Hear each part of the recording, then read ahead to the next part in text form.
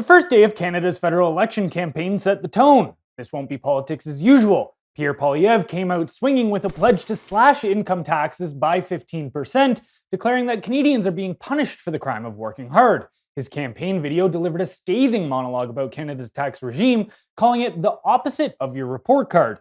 The better you do, the more you get punished. He listed off the avalanche of taxes Canadians face: income taxes, GST, PST, HST, capital gains tax, carbon tax, gas tax, property tax, payroll tax, tax on imports, tax on exports, and sin taxes.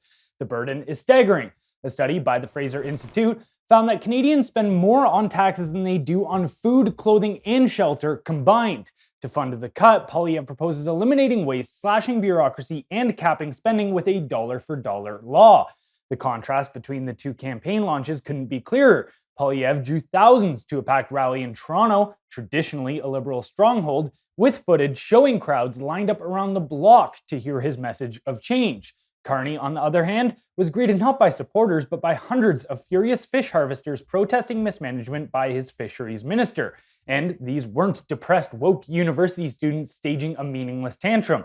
These were hard-working Canadians who produce real value, whose livelihoods actually matter, and whose anger is grounded in lived consequences, not ideological fantasy.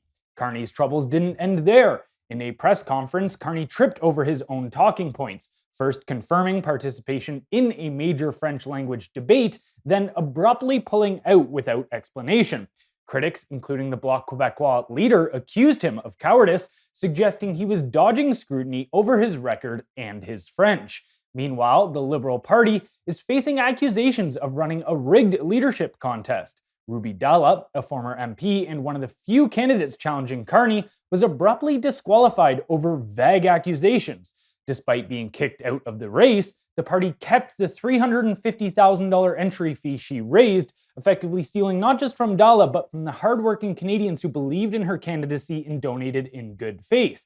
And while Carney talks about Canada's place in the world, Poilievre is hammering him on globalism.